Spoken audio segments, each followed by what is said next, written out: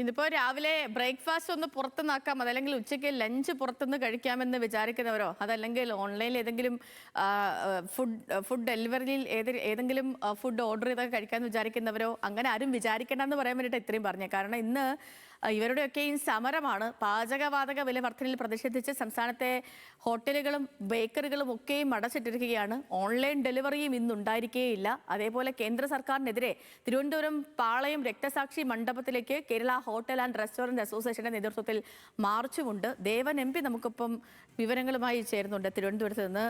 ദേവൻ, good morning. ഈ പറഞ്ഞ പോലെ തന്നെ 24 മണിക്കൂർ സമരമാണ് ഹോട്ടൽ ആൻഡ് റെസ്റ്റോറന്റ് അസോസിയേഷന്റെ നേതൃത്വത്തിൽ. ഹോട്ടലുകളില്ല, ബേക്കറികളില്ല, ഓൺലൈൻ ഡെലിവറി ഇല്ല. പറഞ്ഞ പോലെ പാചകവാതക വില വർധനവ്, അതിൽ എന്തെങ്കിലും ഒരു നീക്കുപോക്കാണ് ഇവരുടെ ആവശ്യം. ഈ നിലവിലെ സാഹചര്യം എന്താണ്?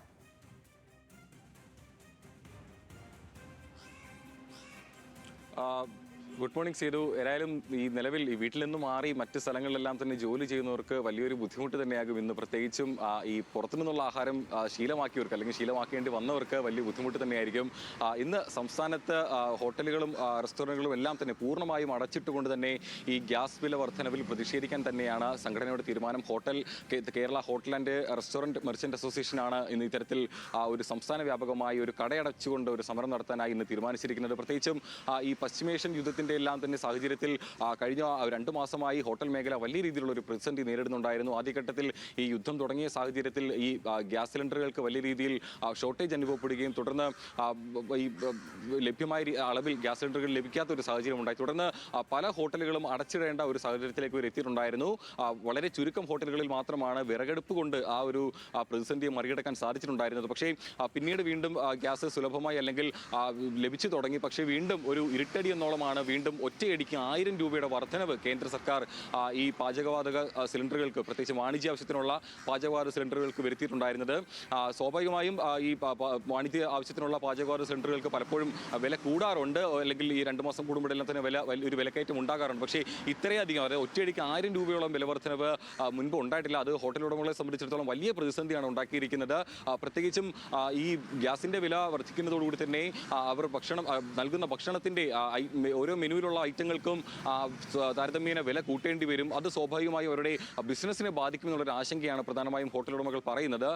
ആളുകൾ കൂടുതൽ വില നൽകേണ്ടി വരും. അത് ഈ വാങ്ങാനെത്തുന്ന ഉപഭോക്താക്കൾക്ക് വലിയ ബുദ്ധിമുട്ടുണ്ടാകും.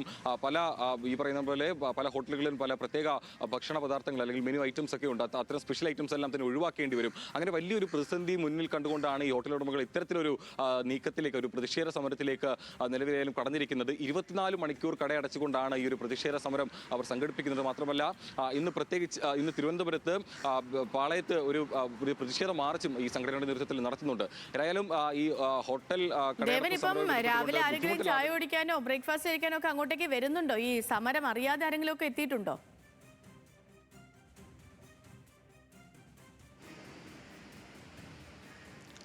നിലവിൽ ചെയ്തു നമ്മളടക്കം രാവിലെ ചായ കുടിക്കാൻ പോകുന്ന ഹോട്ടലുകളൊന്നും തന്നെ തുറന്നിട്ടില്ല. അതുകൊണ്ട് തന്നെ ഒരുവിധം പൊതുജനങ്ങൾക്കെല്ലാം തന്നെ ഈ ഒരു വിവരം അറിയാമെന്നുണ്ട്. കാരണം 3 ദിവസം മുമ്പ് തന്നെ ഇത് വാർത്തയായി വന്നിട്ടുണ്ടായിരുന്നു. ഈ നമ്മളടക്കം രാവിലെ പോകുന്ന പല ഹോട്ടലുകളും ഇപ്പോഴും തുറന്നിട്ടില്ല. ചുരുക്കം ചില ചെറിയ ചായക്കടകൾ മാത്രമാണ് ഇപ്പോൾ തുറന്നിരിക്കുന്നത്. അതും ഈ ദൂരസ്ഥലങ്ങളിൽ മാത്രമാണ് ഉള്ളത്.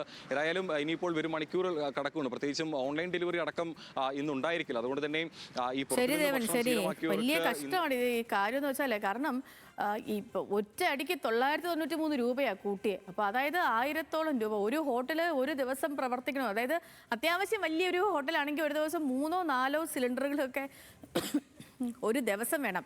ആ ഒരു ദിവസം അപ്പോൾ നോക്കൂ, 1000 രൂപ വെച്ച് 4000 രൂപ ഒരു ദിവസം പാചകവാതകത്തിൻ്റെ പേരിൽ മാത്രം ആ ഹോട്ടലുകൾക്ക് വേണ്ടി വരും. ചെറിയ ഹോട്ടലാണെങ്കിൽ തന്നെ മിനിമം 2 എണ്ണം വേണം.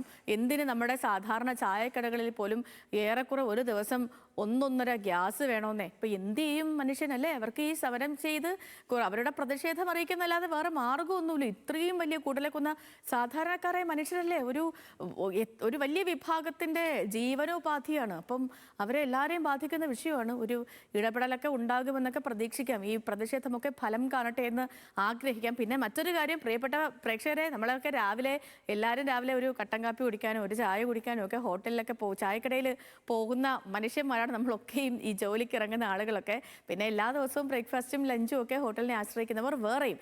അപ്പോൾ അങ്ങനെ ഇപ്പോൾ ആരെങ്കിലും ഉണ്ടെങ്കിൽ ഇന്ന് അതിനു വേണ്ടി മുതിരണ്ട, എങ്ങനെയെങ്കിലുമൊക്കെ ഭക്ഷണമൊക്കെ അഡ്ജസ്റ്റ് ചെയ്യണം. ഈ ദിവസം ഹോട്ടലും ഇല്ല, ബേക്കറിയും ഇല്ല, ഒരു നാരങ്ങ വെള്ളം കുടിക്കാമെന്ന് വിചാരിച്ച ഒരു ബേക്കറി പോലും ഇല്ലാത്ത ദിവസമാണ്. അപ്പോൾ അതൊന്ന് മനസ്സിൽ വെച്ചേക്കൂ.